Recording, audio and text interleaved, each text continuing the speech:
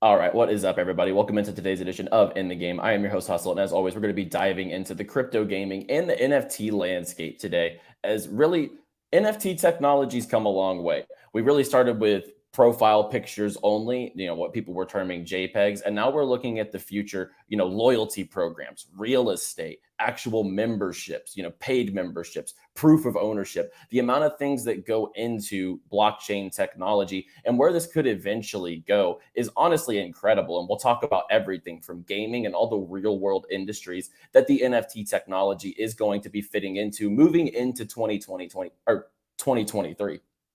Pardon me. Moving into 2023. So let's go ahead and dive into it. If you are new to the channel, be sure to drop down and hit the like button and subscribe to the channel for shows here every single day on Crypto Banter, as well as shout out to our sponsors here on In the Game. Animoca Brands, the biggest Web3 gaming company in the world. ImmutableX, the leading platform for building Web3 games on Ethereum. Gamer-friendly, undisputed leader in the Web3 gaming space for onboarding. Definitely hit the link down below to check them out. Unix, the leading Web3 gaming infrastructure in the space, and Myria, the top L2 and studio platform in the Web3 gaming industry. Let's go ahead and dive into it, guys. And I'll start with, with the NFT industry.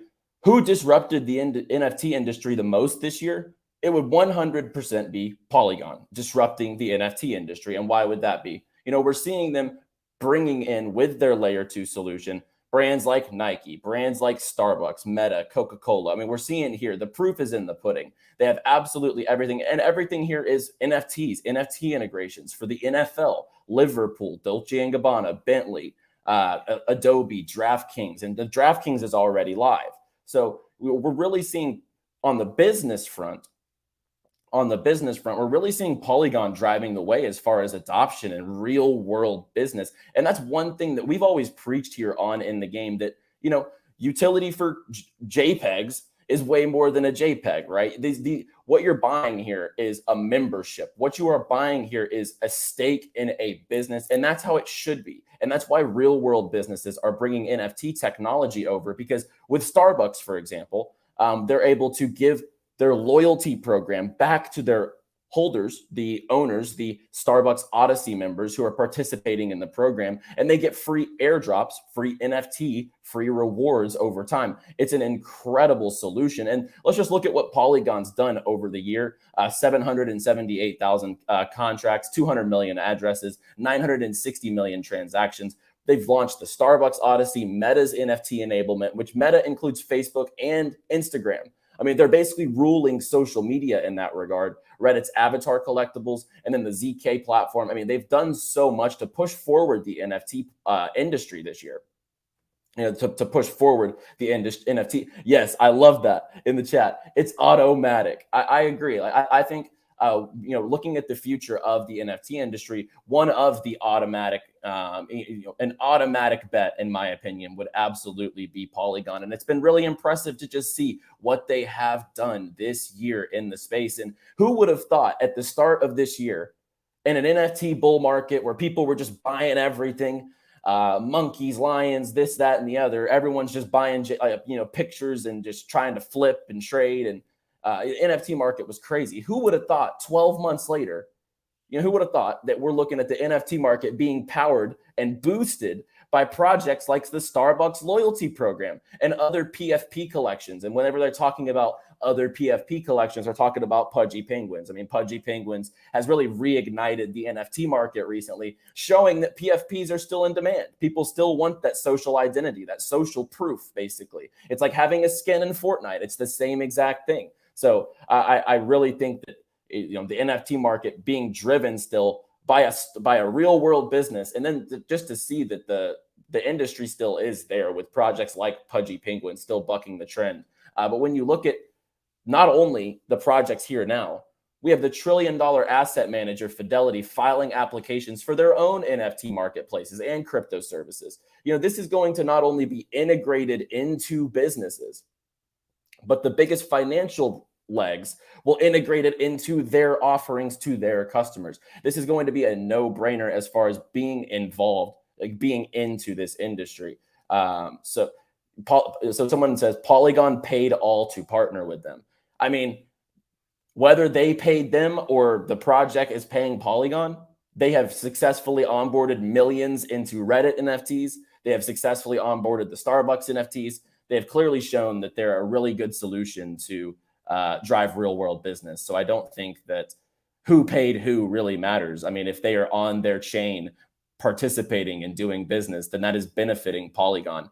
And I would probably assume that the business, there's some sort of deal in place, of course, but I wouldn't assume that that's just the case. They're using Polygon because of the ease of access. And this is just awesome to see here. Like the biggest financial legs in the world also saying, we want to launch an NFT marketplace. We still have Bored Ape Yacht Club sitting at 75 or 81 ETH today. 81 ETH today. And we have the other side Metaverse coming around. The ex-CEO of Activision just became the CEO of Yuga Labs, guys. This is massive. So think about the other side Metaverse. The other side Metaverse, whenever we come around to that, and whenever the Bored Ape Metaverse is live and playable, we're going to have the mind behind Activision Blizzard at the helm of Yuga Labs. This is going to be fantastic to see what they do as far as moving that forward. And then the industry with Epic Games putting in $2 billion into the Metaverse and into the gaming industry. That's going to be massive. They have the absolute biggest brand in the world under their umbrella in Fortnite as far as the Metaverse, and has also raised $2 billion with Sony and Kirkby investment company behind the Lego group. So they're definitely doing something in the Metaverse, in the industry, and I think there's definitely going to be some waves coming out of Epic Games. And Jamie, I hope not. Pay to win incoming if that's the case. I really hope not. I hope that they understand that with ownership and with the stakes being, I would say, realer whenever you're actually buying or potentially owning your assets, I would say that they can't make it pay to win. I would hope things need to be aesthetics, right? Every game has a best weapon, or every game has a best this or that, or player or whatever, but pay to win definitely shouldn't be the case. And I definitely agree with that 100%. But we're seeing the biggest names, Dr. Disrespect coming in with Dead Drop's going to be phenomenal. We have Shrapnel coming in. So the gaming industry is undisputed as far as NFTs. We all know, a Fortnite skin should be an NFT. And a Fortnite skin being an NFT is probably one of the easiest ways to describe an NFT to someone who doesn't know what it is. Like when you go on a store, when you open up a phone app, right? You open up your phone and you go to a free-to-play game.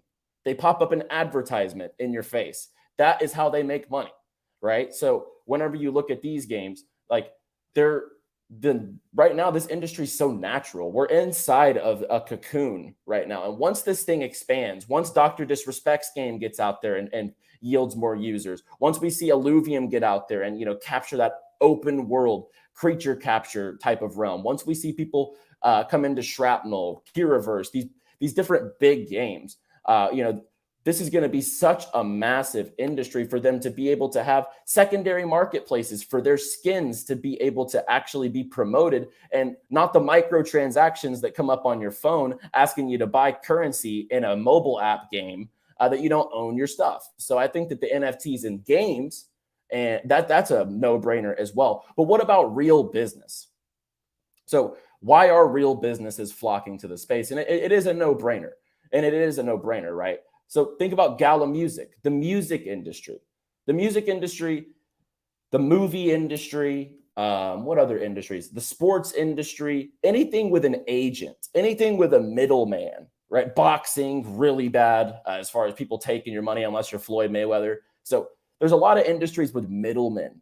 And what the NFT technology is going to do for industries and businesses, titans like the music industry, it's going to be able to actually decentralize that, give all the share of everything back to the artists and the creators, and actually give the empowerment to the fans. Think about being a Nicki Minaj fan, a Drake fan, a Future fan, a Lil Baby fan, a Meek Mill fan, and you could buy their songs and have a stake in how it does, in the future, and actually own your artist's favorite songs.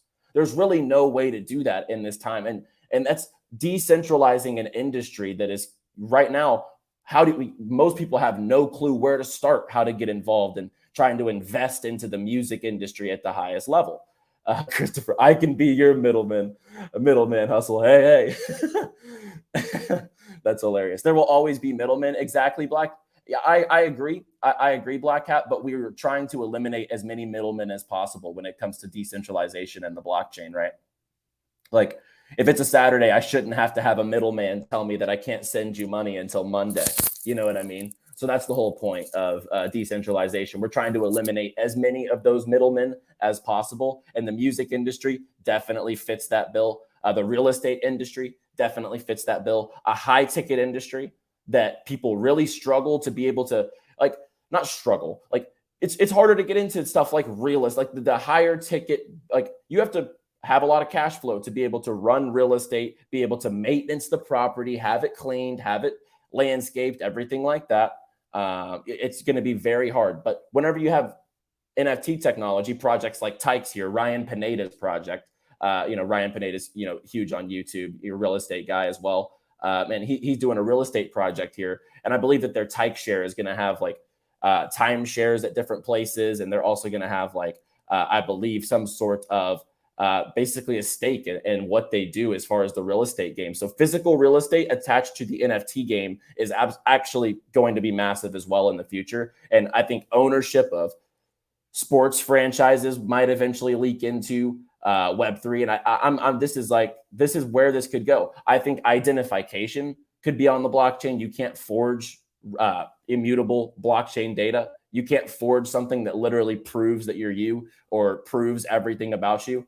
So I really think that once this technology evolves down the line with more businesses and more industries, we're really going to see, like, I would say, as high level as identification being verifiable on the blockchain, your car insurance being verifiable that it's not expired on the blockchain. I could totally see all of these things happening. Your title to your house being on the blockchain, because you could always verify it. You cannot fake that. And you don't have to have a piece of paper to say, I own this. So it takes out the old school way of thinking, and it's a verifiable, immutable way of going about it. So I think industries like that are absolutely unstoppable. And then collections like Steady Stack, for example, doing things for investors.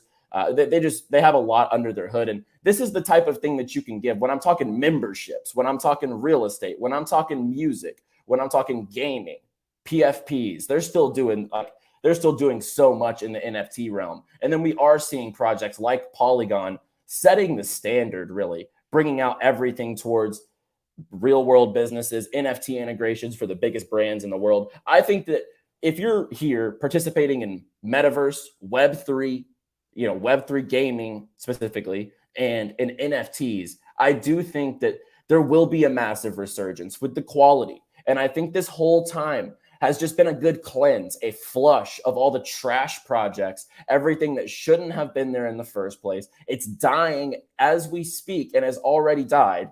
All the trash, we've weeded it out during this like rundown in the bear market. And I really think that there will be so much potential and so much more to come from this industry in the future.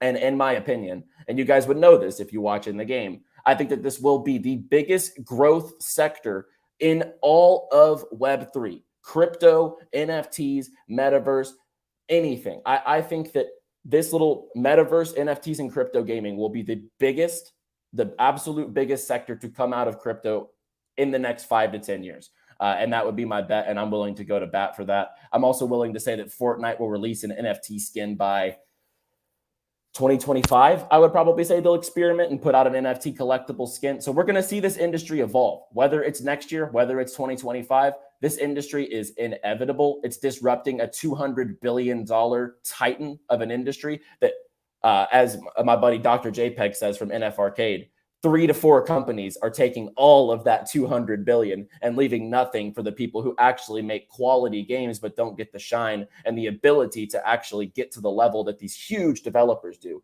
Web3 gaming is a brand new opportunity to set that standard, bring new economics, new ownership mechanisms, better games, better gameplay, and harder working developers who actually deserve to be rewarded for your time, not big corps who just give you Call of Duty games every single year because they can't produce a game to last more than a year. Like, at least Fortnite stood the test of time, right? Activision has to pump a game every single year for it to stay alive. So it's kind of embarrassing to see. And I think Web3 is going to be the solution to a lot of these things in the future for games to be able to, consistently be able to monetize, stay alive, produce in the same ecosystem. Warzone would never have to go to a Warzone 2. And if it went to a Warzone 2, which it just did, by the way, your assets would bridge over. Your assets would bridge over to that game if it was Web3. So it's ridiculous. And I agree. Yes, I agree completely, Long Mountain. There's already technology technically, right, where you can sell your skins. It's because of game developers themselves. I know. It's the people that run these companies and run the economics and run the way that they monetize their game, because microtransactions is the way that all of these games monetize in the current state in 2022, 2023. So no, I completely agree. There's already people that flip accounts. There's already people that sell their CSGO skins and more. So no, I get what you're saying. It is disgusting. And it really, that they just really soak in all the profit and try to milk as many skins, as many maps, as many this, that, or the other from the gamer without the gamer having a stake in it at all. And that's what NFTs are going to do for the future. So I'm going to stop rambling, guys. Great show today. I really appreciate everybody for checking in today in the live chat as well. And I love answering the chat at the end of the shows. I'm going to start doing that more in the future. Bungie Destiny 2 could be so good with NFT, but they're greedy. Yep. There's a lot of games I think that makes sense, right? Warzone, Fortnite, Valorant, CSGO, just like as NFT technology actually being on the game. But, we'll see in the future where this evolves. But I'm more than bullish on the next 2 to 5 to 10 years of the Web3 gaming industry. And I'm excited to see where this goes. So, guys, if you're bullish on the industry as well, like the video, subscribe to the channel for more. And we'll be back on, what would it be? Monday with another show. As always, play well, my friends.